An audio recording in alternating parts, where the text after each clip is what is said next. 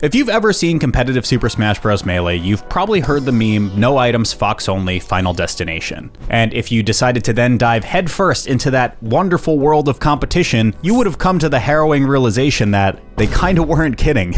Out of Melee's 29 stages available in Versus mode, only a mere 6 are considered tournament legal for competitive play. Why is that? Do they just hate fun? Well, kinda, but there's a little bit more to the story than just that. Today, join me as I break down why stages in Smash get banned, why nearly 80% of Melee stages are not legal for tournament play, and how we ended up with only 6 stages left. Well, 6 or 7, depending on who you ask. Oh, f me, god damn it! Thank you to Manta Sleep, who is paid to be mentioned in today's video. If you're new to my channel, I try really hard to be as transparent about brand deals as I can. This industry is very opaque and it's pretty annoying to me, so it helps me sleep at night knowing I can be honest and straight up about this stuff with you guys. But you know what else is opaque and helps me sleep at night? Manta Sleep. I'm sorry, I had to. But actually though, I really love Manta Sleep's products. I own literally every single mask they offer on their website, and I had even bought 2 of them for myself before starting my partnership with the company, so trust me when I say I was already a fan. The latest one I've been using is the new gen Sound Sleep mask, which has a set of ultra thin speakers on either ear which aren't uncomfortable at all, and I can listen to some of my favorite videos before drifting off to sleepy time. If you couldn't tell, I'm a massive advocate for these products. These masks are great for every night's sleep, and I travel like all the time, so they're great for those long flight naps too. So if you're interested, you can use my promo code WALT at checkout or go to the link in the description and you'll get 10% off your order. And if you get anything with my link, I'll also get a small commission as well, so thanks for helping me out. Thank you again to Manta Sleep for supporting the channel. Get yourself a good night's rest when you're done watching my videos, of course, and I hope you enjoy today's video. Okay, so what makes Smash Bros. Unique for more traditional fighters is that where you fight actually matters, like, a lot. Most traditional fighters have stages with fixed boundaries. Some have walls that can break, but broadly speaking, these arenas for games like Street Fighter, Guilty Gear, and even 2XKO now were designed with competition in mind. Smash, on the other hand, was not designed with competition in mind. Like at all. Legal stages, at least the way they are now, were carefully curated to minimize RNG and unfair advantages that perhaps limit the skill expression that players are seeking. At the tournament that was widely considered the birthplace of competitive Melee, Tournament Go 4 in 2003, every single stage except for Temple and Yoshi's Island 64 was allowed. But as Melee's history forged on, what made a stage good and legal for competitive play was continuously changed, defined, and redefined. That's because unlike most fighting games, like I said before, stages in Smash Bros. Have arguably the next biggest impact on a match after the character you select. That early stage list from Tournament Go 4 was considered unrefined to some, but it kind of had to be. That's how all of this started, and it wouldn't have gotten to this point without that list as a jumping off point. Basically, what became considered okay to impact a match that was supposed to be determined by a player's skill became stricter and stricter, leading to what I'm going to call the 3 commandments of stage legality. Also, real quick, this is a disclaimer. This is gonna get really sweaty. Don't point your angry comments about Smash being stupid or whatever at me. I am simply the YouTuber guy with a green screen and a microphone. Or do, just give me engagement, thanks. Make sure you subscribe. Okay, you've been warned, let's do it. The first and most obvious example of what can make a stage bad is if that stage has elements that continuously warp how a match is played. If a competitive match in anything is staked around the ideology of finding who the better player is, the idea of a secret third option in the f***ing stage you're playing on potentially KOing someone without any player influence whatsoever kinda cheapened the so-called integrity of competition. Some stages were immediately identified as problematic against this rule, and as such were axed very quickly in Melee's earlier years. An easy example, and the tip of the iceberg, no pun intended, was Icicle Mountain, a stage that continuously changes where its blast zones are by moving vertically, like scaling a mountain. Again, massive disclaimer because I hear you guys in the comments, some of this isn't to say you can't just like get good and play around the variants the stage provides to you. But in some cases, like here, the matches became less about fighting and more about surviving, trying not to get mixed up by the stage's randomly changing speeds and direction. Then you have Brinstar Depths, a stage that can just edgeguard for you with its rotating layout and whopping 0 ledges to grab. Other early banned stages under this discretion were Flat Zone due to its random and pretty damn hard to avoid wrenches. Those are wrenches, right? I I don't know. I was an engineer. I should probably know this. But yeah, and Venom for its Starwing gunshots at players on the field, and quite literal Cave of Life, which actually denies KOs while you're inside it. Surprisingly, a ton of stages that many of today's competitive scene would consider to have disruptive hazards were legal for like a while. You can find competitive footage from over 15 years ago on matches played on Mute City. That featured aggressive Karens seeking to hit you with their race cars, a stage cycle that could just kill you if you weren't in the right place at the right time, and oh yeah, don't even bother trying to make it back if your character has a shit recovery, because there are 0 ledges again. Perhaps even more surprisingly, you can actually find competitive footage of Mute City from 2023, where this Based Is All Hell tournament, the off-season, legalized it, and it was rad and it was awesome. Watch this video from my friend Melee Moments if you want to learn more about that. Anyway, in addition to stages like Mute City, you had Green Greens with its explosive apples and bomb blocks. Smoked M made a pretty sick video talking about the fun quirks beyond the legal stage list, which you can watch here as well. And then there was Corneria, where you may find a Nest player camping on the laser below the ship to heal himself with his down special. When you're not immediately dying to that laser, of course. Now, let's take a pause for a minute, because again, I hear what you guys are saying. I understand where, you know, the anti-competitive crowd is coming in here, because you may be thinking that something like a Nest being able to heal himself for massive amounts would give these worse characters a fighting chance.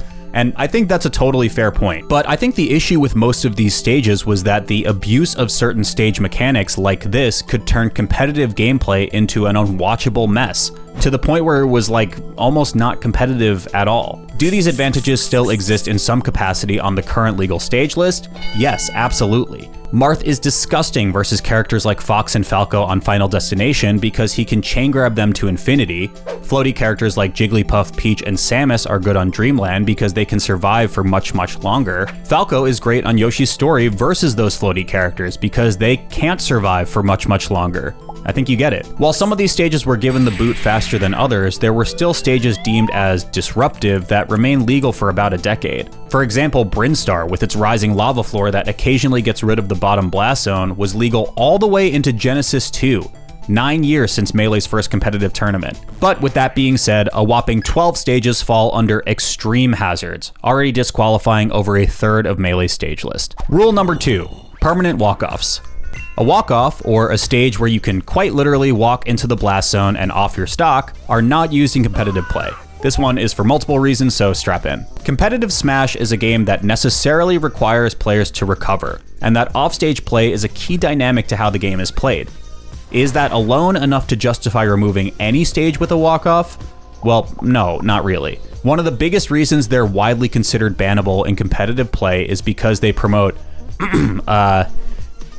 being a f***ing degenerate. So remember that one friend who always pissed you off in free-for-alls because they'd do like the lamest shit imaginable? They'd hide in the corner until everyone else was down to their last stocks, spam projectiles from the other side of the screen, you get it. These walk-offs just completely amplify those types of strategies that potentially stop players from meaningfully engaging with their opponent. Now, in this case, one would rationally think that camping mere pixels from the blast zone would be a bad position because you could just like die at any time, right? But it's actually the opposite. Camping near a walk-off is an incredibly strong strategy. It gives the player incredibly easy access to taking unreasonably early stocks, which ultimately meant the player who wasn't doing that was playing at an inherent disadvantage, and a big one too. In Melee specifically, the other very real reason for walk-offs getting axed was because of one character in particular, and it's this top tier looking ass bitch. If you're a longtime subscriber, I probably don't need to explain why Fox is such a good character in Melee, but I'm gonna do it anyway. Basically, Fox has a technique called the Wave Shine, which links Shine, the best move in the game, with a Wave Dash, or simply an air dodge into the ground.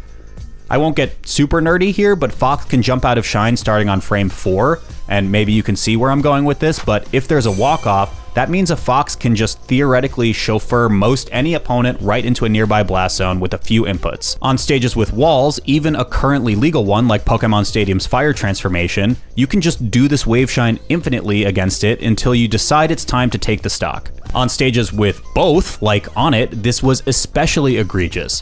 Fox could basically kill you from anywhere with a single Shine, which is frame 1 by the way, literally the fastest move in the game. If he hits you near the edge of the stage, the Shine can push you into the blast zone, where you die. If he hits you in the middle of the stage, the Shine can push you into a wall, where you die.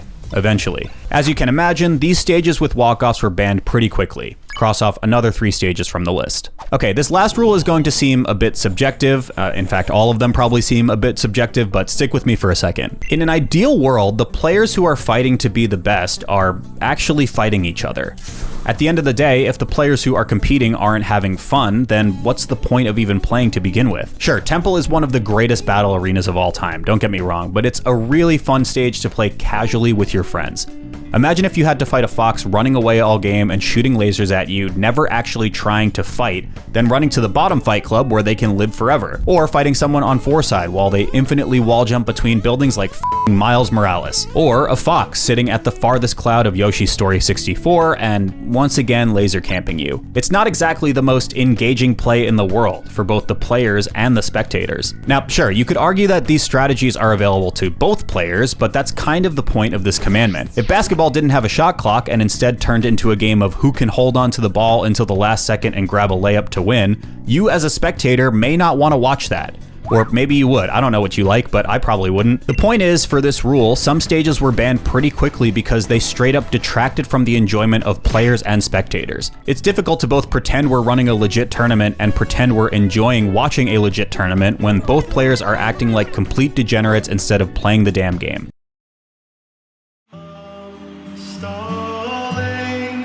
Some of this was noticeable right away, which led to more stage slashing, but others took a little bit to actually get banned until it was seen in a real tournament set. Somehow, the most rad stage of all time and the background of most of my videos, Poké Floats, floated under the radar for years as a stage that was apparently not deemed hazardous.